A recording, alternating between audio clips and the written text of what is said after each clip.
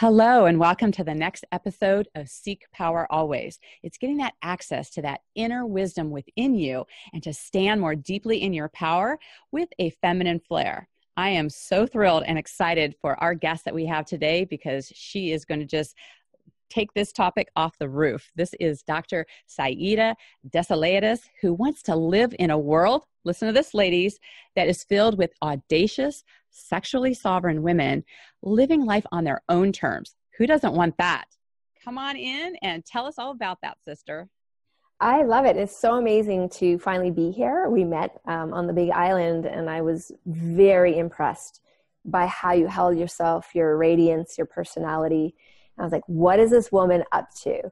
And so it's really amazing to be here to share and to explore. I think this is a really important topic right now in our society, and we're at that crux. So I'm happy that somebody's holding the torch to this topic. Well, thank you. I think you and I had a soul recognition with each other, and I love your story. I love what you're about. And I think it is so important because, we're going to be talking about fear as well, because, fear is part of that process that people walk through. And something you said that really stood out for me is that you can have a victim experience, but not be a victim. I thought that was the most powerful, just thing to say that I've heard in a really long time. And I think that ties into, you have something called the Daring Project, where women are being more daring. And it's a challenge to women to step more into that. I'd love you to speak into that. Sure. Yeah, I love that. Yeah, so victimization is like inevitable. It's part of the human experience. Being born is part of the human experience. There's going to be something out of your control at some point that feels horrible, right? But how we identify with that moment in time is crucial to how we then create the rest of our lives. Mm-hmm. And for whatever reason, because I had a very dramatic experience, it was a violent rape in my young life that nearly cost me my life. And yet I never had this label of being a victim of rape. I'd had the experience, but I wasn't thinking of myself that way. And the thoroughness of my healing and reclamation even surprise psychologists and trauma therapists today. So it's a very interesting thing to see. And I think it's important for us to model this because we mostly see, I think woundology is a very dominant part of our culture. Right. And we find connection through victim stance, which is actually true. Like if someone rips you off and then a friend of yours gets ripped off in a similar way, you connect on that, right? There's a bonding moment. Right. But that's different than having your whole identity wrapped around that moment. Right. And so that's why we want to start saying, yes, it's good to come together and name this. Like, for example, the Me Too movement, it had the positive aspect of that movement was giving voice to something that needed to be given voice to. The negative aspect of that movement would be that all people are bad and that you have the power to say anything, even when it's not true, and you will be believed. So right. There's a responsibility that comes with when we're in pain and we're healing that pain, there's a responsibility of containing it in some ways and in having a correct view on it. So it's properly contextualized. Right. And it's not running the rest of our lives. And I don't know how much of your background you speak on your show, but I am absolutely certain that in the world that you used to work in, at least there's a lot of PTSD, right? Yes. And I do talk about that. I mean, law enforcement in and of itself, talk about putting yourself in trauma. When you respond to 911 for 10 to 12 hours a day, you're going to have those trauma experiences and have those things happen.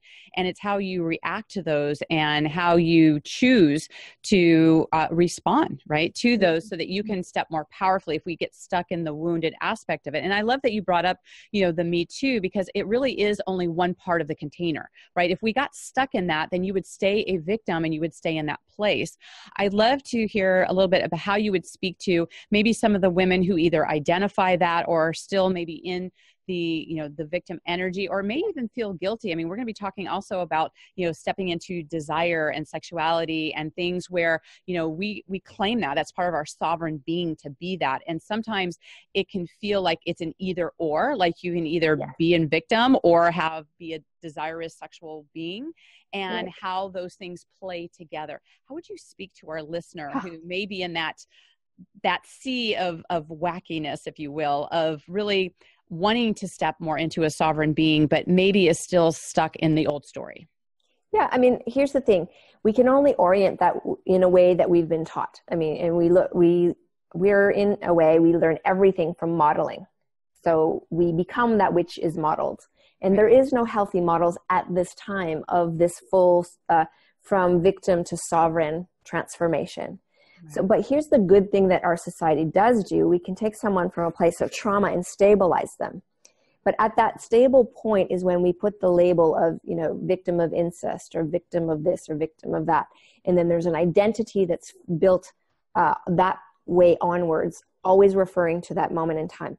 So what I started to realize with women, because I work with a lot of women and there's a lot of sexual trauma in the clients that come in, just the nature of my work.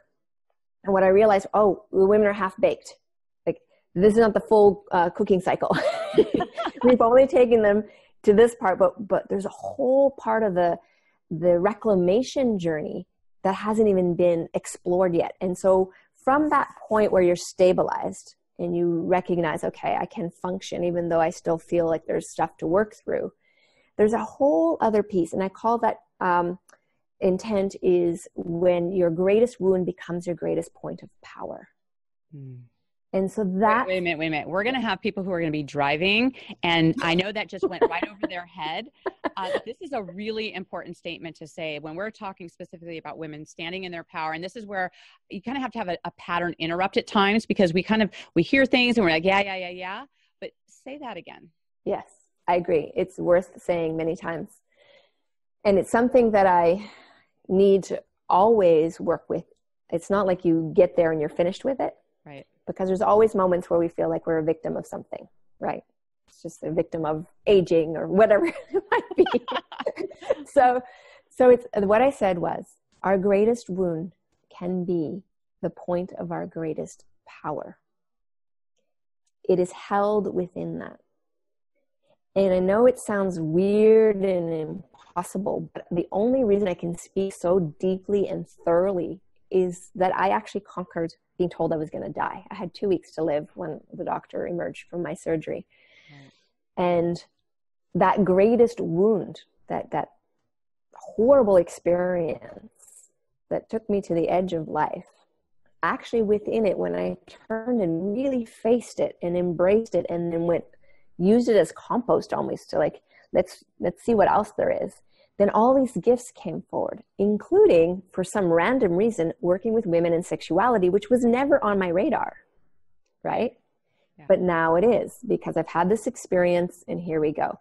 So wherever we are, if we've had a big experience and we're willing to embrace it as a human experience, it was our experience, to see that, yes, we were victimized, that was definitely not okay, and hopefully it will never, ever happen again. And one of the ways that we make sure it never happens again is to learn and grow. So one of the things I work with women is often with trauma, we shut down. Right. And when we shut down our senses, which is our sensuality, right? Because we make sense of reality through the senses. So our sensuality is very important information that's coming in. And I know that you know this. Absolutely. And so when we reactivate that, we actually keep ourselves safer than when we shut it down. Yes. It actually gives us all the information we need so that if there is a creepy person 50 feet away, we're already feeling that and we're moving and we're gone. Right. We're not waiting until they're right in our face. Yeah. That's what happens with numb people. And that's why often trauma cycles can get repeated over and over again. Right. So the changing the pain into the greatest point of power, and when we move from woundology and victimhood into that sovereign space, it's going to ask everything of us, because the parts of us that are hyper identified with the pain and the, I guess the intensity, and sometimes there's physical recovery, there's emotional recovery. If that's the sole truth of our existence, it's very small, and it's not going to inspire the deepest part of us to come forward and create something new. Right. But when we're able to put that in a moment, a point in time, like, yes, that happened and it was very wrong, and I will do everything in my power, not only for that never to happen again, but also to discover what is the point of power? What am I learning here? What was the deep learning that happened here? And for some of us, it's just simply, hey, there's a line. This body is my sovereign space. There's a line. If anyone attempts this again, no way. Right? So I don't know. It's different for every person what the wisdom is. But that's why it's so empowering, because only you can really do that last act of transformation. It is a very personal and intimate act. Right, right. You know, I so respect that you have taken, you know, everything that has happened with you and you've put it into a point, right? And, you know, when you put it into that point and it becomes this launch pad of where you're going, it not only is a lesson for you, but you've taken it even a step further where, you know, you have become a thought leader in this, you know, the whole idea around this body philosopher, right? And that, you know, you've been published in this, you know, the emergence of sensual woman, you know, in desire, and it's been published and it's out there in the world, right? And your innovative methods have really been touching women on, you know, in an exponential way. And even other, you know, people in the field are really embracing your work, anywhere from Dr. Christiane Northrup and Dr. Rachel Abrams. I mean, they're in their best-selling books. They're really, you know, taking a bite into this and making a difference in this. And, you know, this idea of stepping into desire, why is it that you think that desire is such an essential part about being a creative person and truly living life on your terms? I just love you. I just have to say that. You're so amazing. So thank you for that question. Your audience is very, very lucky to have your brilliance. So desire, here's what's important. Especially right now, I find desire has been uber vilified, but it's actually been vilified for a very long time. And so my idea is that perhaps the philosophers of old and the religions of old missed the mark around desire. There are some truths to it, but to vilify it, it's very odd to me. And I started to contemplate it as like, what if desire wasn't just this bad behavior? What if desire was an inherent force of nature that had an evolutionary quality and an emergent quality to it? So let me explain that more. Yes. Imagine in space, there's nothing, and then suddenly there's something.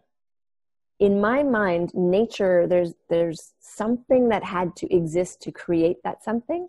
And that's what I call desire. It's like it's the spark within all life, not just human beings, that actually creates creation. Yes. So that's really powerful when we take it out of just purely like, I want chocolate or I want sex. Like we just take it out of those basic things. We look at the bigger picture first. Right. Then what we have to look at is, okay, so what's so wrong with it then? If it's this natural force of nature, why is there so many problems with it, right? Yes. And that's why I argue for what's called hijacked desires or socially mandated desires. The essence of desire we need. We would not be here even as a race if like just our humanity, like we wouldn't have evolved if our ancestors didn't keep having evolutionary desires. Initially, it might have just been food and shelter. And then at some point it was culture, and then it just went on and on. And these were emergent desires that they fulfilled. And where we're at now, if you look at humanity, it's like, what are the bigger desires of humanity? Those are important. They're evolving us as a species. Absolutely. Yeah. I love the fact that you're just like popping the top on the whole word around desire, because I wholeheartedly agree with you that I think that there is this trend, if you will, of everything is like, it's all good or it's all bad. Right. And there's like the extremes. I also like looking at life and whether it's words or how we're being in life as a dimmer switch, right? Can be a little bit up, a little bit down, you know, but it's not just on or off. It's like, what is the variance of it? What's the flavors of that? And how do we use that? You know, it's using our emotions. I love that you tie it into the creative energy, because the creative energy is how we have anything. If we don't have that desire, if we don't have something that moves us forward, why do we even get up in the morning? Like, what is it that actually spurs us, that actually inspires us? I mean, how many people are having daily experiences where, you know, the alarm's going off and they're the same-o, and they're not really excited about their life? it's because they haven't found that desire within them to really step into that in a deeper way. And one of the things I love that you've created in Desire the book is that you've got 6 major desire songs, and that you talk about being the symphony of your life, and that remembering that you are the conductor. And I think that's what gets lost a lot on people, is thinking of life just happens to you versus you being the conductor. And I love that analogy that you make with that. How do you utilize that to have women really embrace that concept to really step into their desire?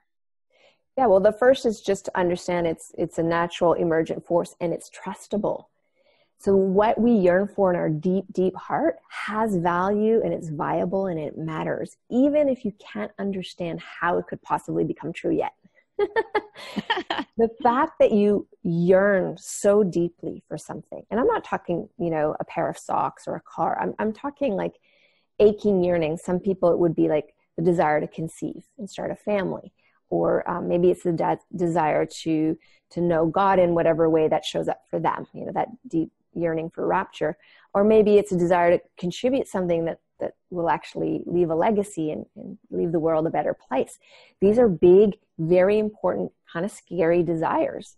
Yeah. And in my mind, it's your being, your essence, kind of alluring you to the next obvious thing. You're not going to know the whole picture in your life. This is the relief. You don't need to know Thank God. even the next 5 steps. You just need to know the next step. Yes. And spending time, what I have found interesting is, especially women, they're really clear what they don't want. It is like crystal clear. They can tell me exactly what they don't want and what they don't like. But when I ask them, okay, but what would you love? What do you yearn for? It's like crickets.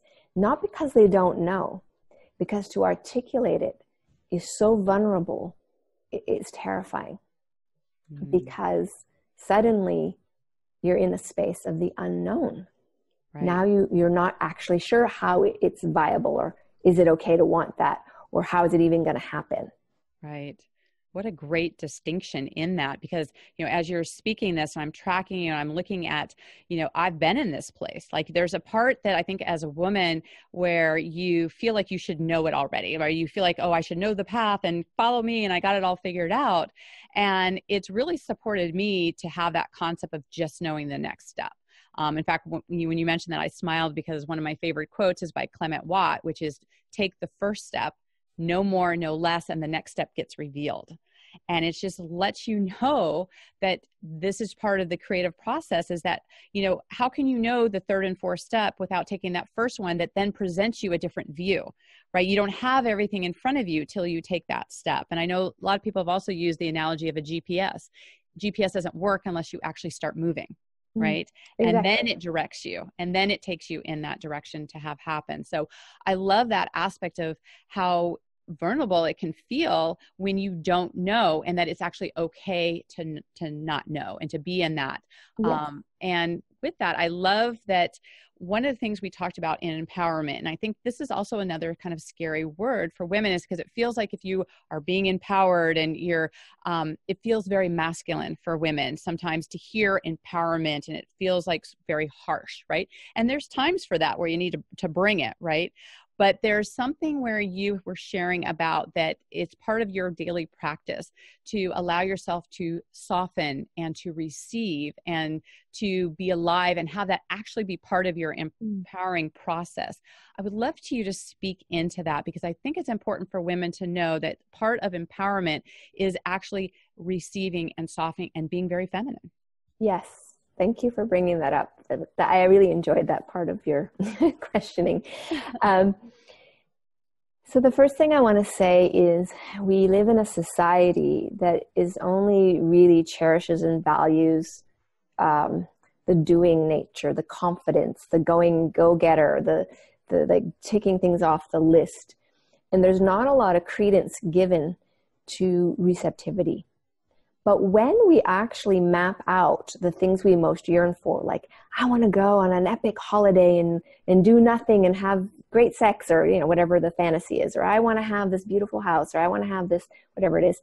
when you really take it to the end, what's actually happening? What are we really looking for? That experience of fulfillment.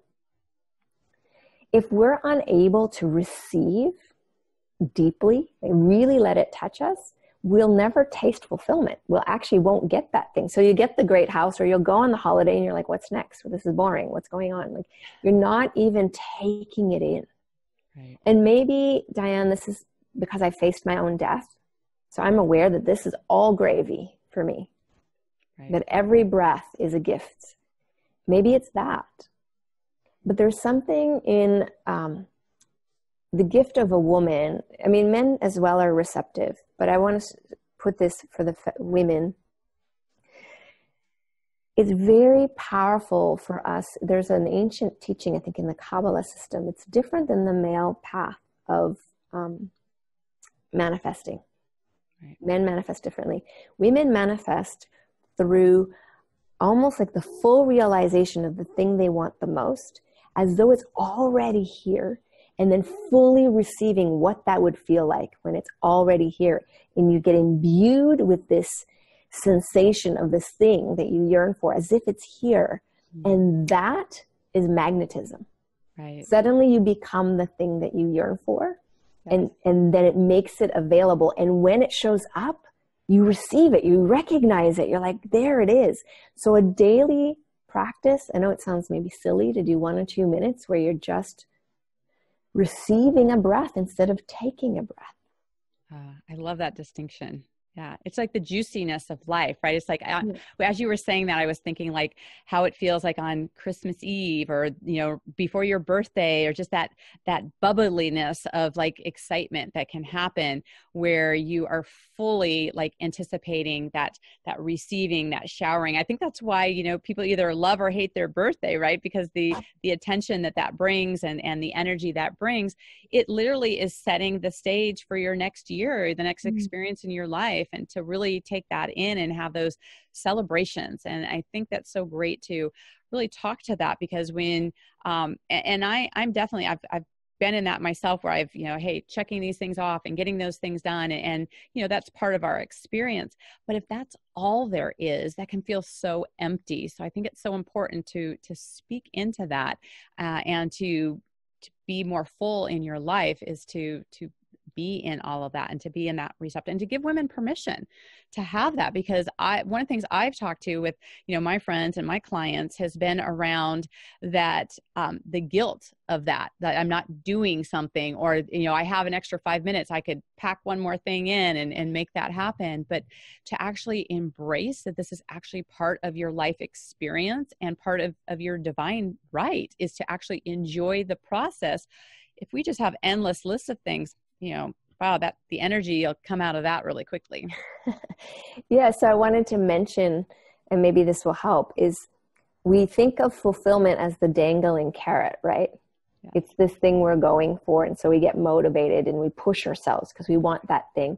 And then I like to propose that fulfillment is actually an act, a state of being.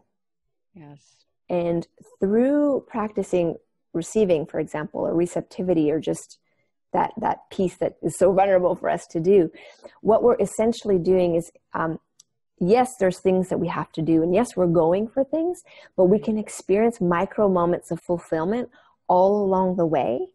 Yeah. So that we're not running on empty until we get this thing over here somewhere.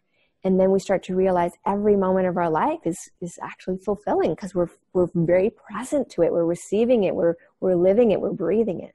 Yes. I love that you're such an embodiment of this. And I know you're newly to our area, but one of the things I love to ask my guests, because I think the environment that you create around you gives you part of that experience and brings the daily joy into your life and really empowers you in many different ways. So what is your current favorite room and why? I have to say the kitchen. Yeah? Yeah, I live in a larger space, and there's a few of us living here together, and the kitchen is like the hearth, and we gather there. It's the kitchen's huge. It's like the size of some people's apartments. It's this massive room. So a lot of people can gather there, and there's something beautiful when you're, yesterday in preparation for my partner's birthday, I was like cooking all day, like all these things. And people would come in and go, can I help? And then they would just cut something for me and then off they'd go. And there was just this warm sense of community and connection and the sunlight coming through and just the beauty of the space. And then someone put a song on, we'd dance. So for me here, definitely it's the kitchen. It's the place where we meet. It's the place we have fun. Nourishment. Yeah, absolutely love it.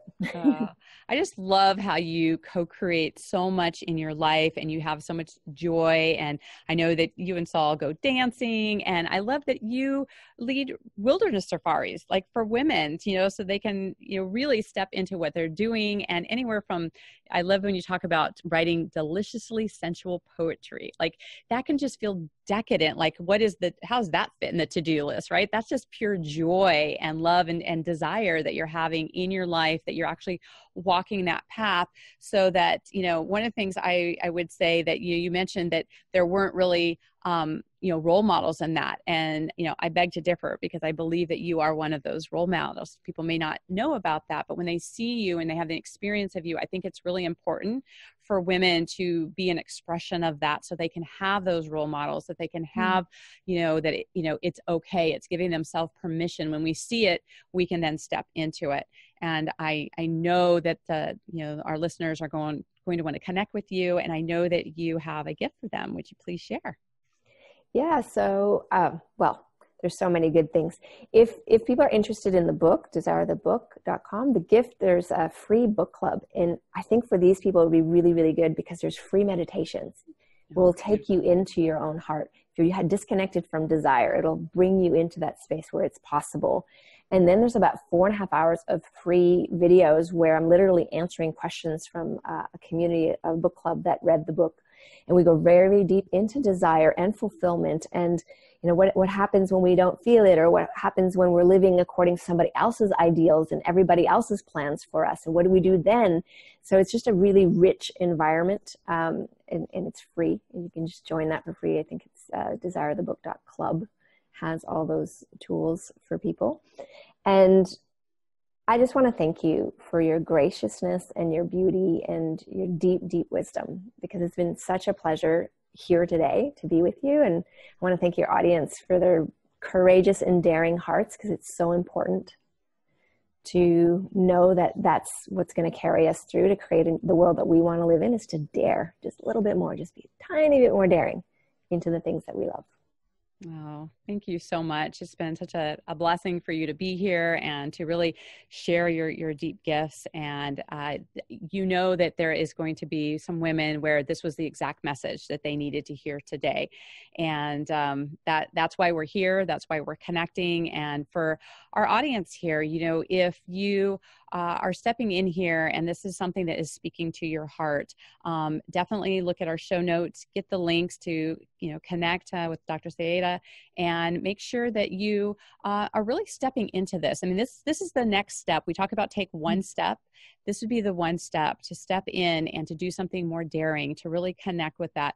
We would love, whatever forum that you're watching this on, to put in some of the comments. What was something that was a takeaway for you? Make sure that you tag both of us in there. Ask us any questions that you may have.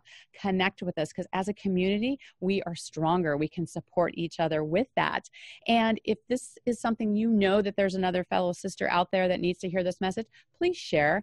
That's really how we get the word out, is to share these wisdom, with people out there, to have this be the message for them as well. We know that there was somebody that came into your heart in listening to this that needed to hear this as well. So please, pay it forward, get it out there. I'd also like to put out there that I think that you need to look at the totality of your life and see what is working and what do you need some support in.